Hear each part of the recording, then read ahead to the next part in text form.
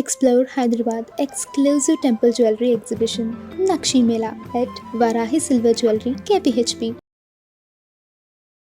నమస్తే, welcome to Suman TV. నేను పద్మిని. ప్రస్తుతంతో పాటు ప్రముఖ ఆధ్యాత్మికవేత్త, ప్రముఖ న్యూమరాలజిస్ట్, లక్ష్మీ నరసింహస్వామి ఉపాసకురాలు శ్రీమతి స్రవంతి గారు మనతో పాటు ఉన్నారు. మాట్లాడదాం. నమస్తే అక్క. నమస్తే పద్మిని.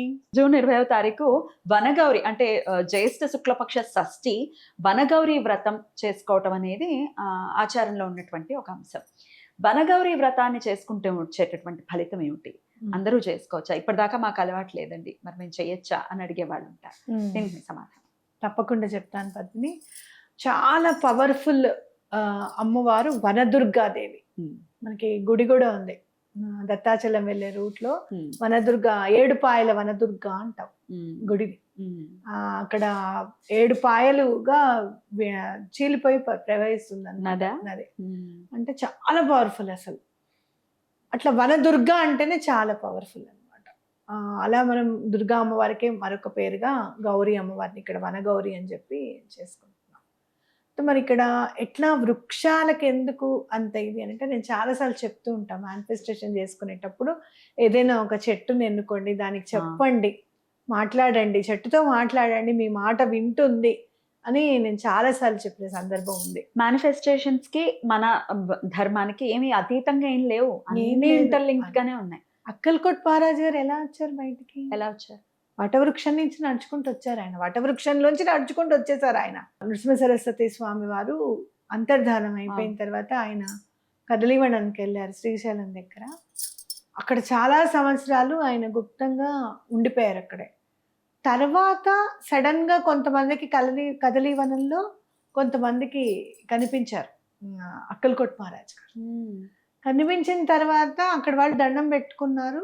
సడన్ గా అక్కల్కోట్లు ప్రకటమయ్యారు, వటవృక్షం నుంచే ప్రకటమయ్యారు. మరి వృక్షాన్ని ఎందుకు ఎన్నుకున్నారు ఆయన అన్నా కదా? అంటే భగవత్ స్వరూపంగా తీసుకోవచ్చు, ఒక తల్లిగా తీసుకోవచ్చు వృక్షం. ఏదైనా నీకు బిడ్డ పుట్టాలి అని అంటే అమ్మే ఉండాలి, అవునా కాదా? పెంచి పోషించాలి కదా, ఆ అమ్మే ఉండాలి. అట్లా పెంచి పోషించేంత యూనివర్స్ లో ఏదైనా మనకి కంటికి కనపడేది ఏమన్నా ఉంది అని అంటే అది వృక్షమే. మనకి ఫుడ్ సూర్యుడి ఎనర్జీ ఎలా తీసుకోవాలి, ఎలా తయారు చేయాలి, ఇన్ని రకాలుగా రోజు మామిడిపళ్ళు పెట్టి తినగలమా? లేదు. చాలా ఆశ్చర్యకరమైంది ఏంటి అని అంటే, ఏ సీజన్ లో మనకి ఏ విటమిన్ ఉండాలి, ఏది అందాలి, దానికి ప్రకారంగా సమకూరుస్తుంది నేచర్. తల్లిని అర్థం చేసుకోవడం, నేచర్ని ఎవరైతే అర్థం చేసుకుంటారో వాళ్ళ జీవితం ధన్యము అని చెప్పుకోవచ్చు. కాబట్టి ఈ మరి ఎలా చేయాలండి ఈ వ్రతం, ఎలా చేసుకోవాలి అని అంటే కనుక, మీరు ఎక్కడికి వెళ్ళాల్సిన అవసరం లేదు. ఇంట్లో చక్కగా మీ ఇంట్లో చెట్లు కుండీల్లో ఉన్నా సరే వాటికి చక్కగా పసుపు, కుంకుమ, కొంచెం గంధము, అలాగే ధూపం పెట్టి నైవేద్యంగా ఏమి ఇస్తారు అని అంటే కనుక, కొంచెం గోమూత్రం నీళ్ళల్లో కలిపేసేసి గోమూత్రం పోయండి అన్ని మొక్కలకి. లేకపోతే ఇది తులసికైనా చేసుకోవచ్చా ఈ పూజ? చేసుకోవచ్చు, తులసికి చేసుకోవచ్చు, అన్నిటికీ చేసుకోవచ్చు. ఇప్పుడు చాలా మంది నేను చూసాను, పెద్ద పెద్ద చెట్లు కూడా పెద్ద పెద్ద కుండీల్లో పెట్టుకొని పెంచుకుంటున్నారు, డ్రమ్ముల్లో కూడా అలా పెంచుకుంటున్నారు. చక్కగా చేసుకోవచ్చు. అలా లేదండి మా ఇంట్లో అసలు చెట్టే లేదు, తులసి చెట్టు తప్ప మేము ఏమి పెట్టుకోము అని అనుకుంటే గనక, ఈసారి జేడ్ ప్లాంట్ ఒకటి ఆర్డర్ చేసుకోండి. ఆ రోజు జేడ్ ప్లాంట్ అసలు ఎంత డబ్బుకి కొదవ లేకుండా ఉంటుంది జేడ్ ప్లాంట్ ఉంటే ఇంట్లో. ఎందుకు అని అంటే, మీరు ఒక 4-5 రోజులు నీళ్లు పోయకపోయినా కూడా జేడ్ ప్లాంట్ ఎండిపోతుంది, వాటర్ ని స్టోర్ చేసుకుంటుంది, అదే యూజ్ చేసుకుంటుంది. అందుకే మెత్తగా ఉంటుంది, ఇంత మందంగా ఆకు. కాబట్టి మన దగ్గర లేకపోయినా కూడా మన డబ్బుని దాయడం ఎలా దాయాలి అనేది అదే నేర్పిస్తుంది మనకి ఆటోమేటిక్ గా. చాలా బాగా పనిచేస్తుందని చెప్పుకోవచ్చు. అద్భుతం, అద్భుతం. సో చక్కగా పూజ చేసుకుని తులసికైనా పూజ చేసుకుని ఈ రోజున యూటిలైజ్ చేసుకోవాలని చెప్పారు. అలాగే మేనిఫెస్ట్ చేయటం, చెట్టుతో మాట్లాడటం, లేకపోతే మనం కష్టం చెప్పడం మీరు పలుమార్లు చెప్పారు. ఈ వీడియోలో కూడా ఒకసారి చెప్పండి, ఎట్లా చెట్టుకి చెప్పాలి మన సమస్య, ఆ సమస్య నుంచి ఎట్లా మనం బయటపడతాం?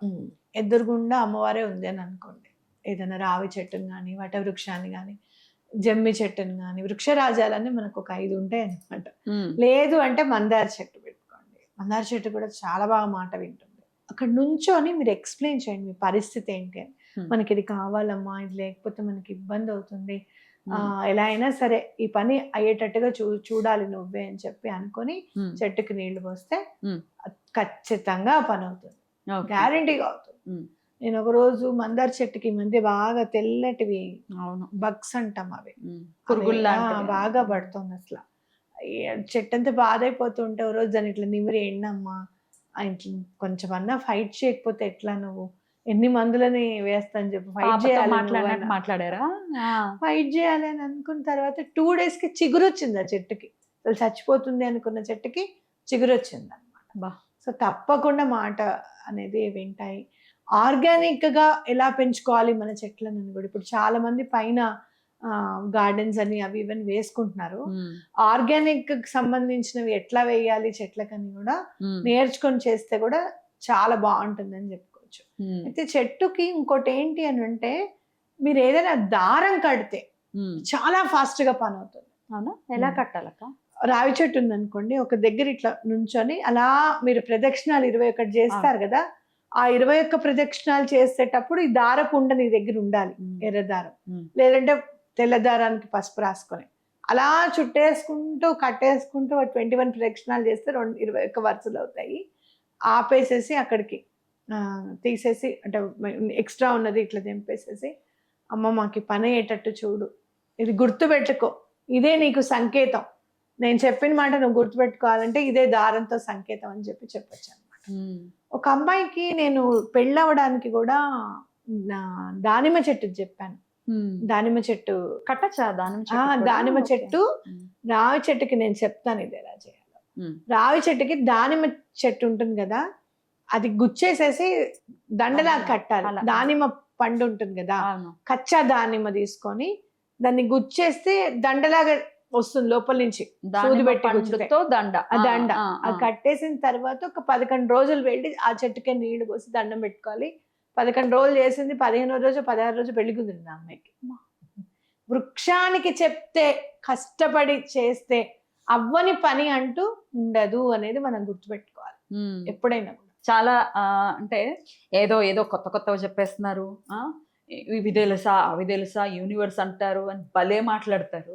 ఏఐ వాడద్దని చెప్పి అప్పుడు కొత్తగానే వచ్చింది, ఏతో అవును వాడద్దు, కొత్తగా వచ్చిన మేము ముట్టుకోమని అనుకుంటే అదే పని చేయాలి. అలా అనుకుంటే ఎట్లా? కృష్ణుడు వచ్చేదాకా కృష్ణుడు కొత్తే, అవునా కాదా? బాబా గారు వచ్చేదాకా బాబా కొత్తే, అలాగే శ్రీపాద శ్రీవల్లుభులు వచ్చేదాకా కలియుగానికి దత్తాత్రేయుడు కొత్తే. రైట్, అలా అనుకోవాలంతే.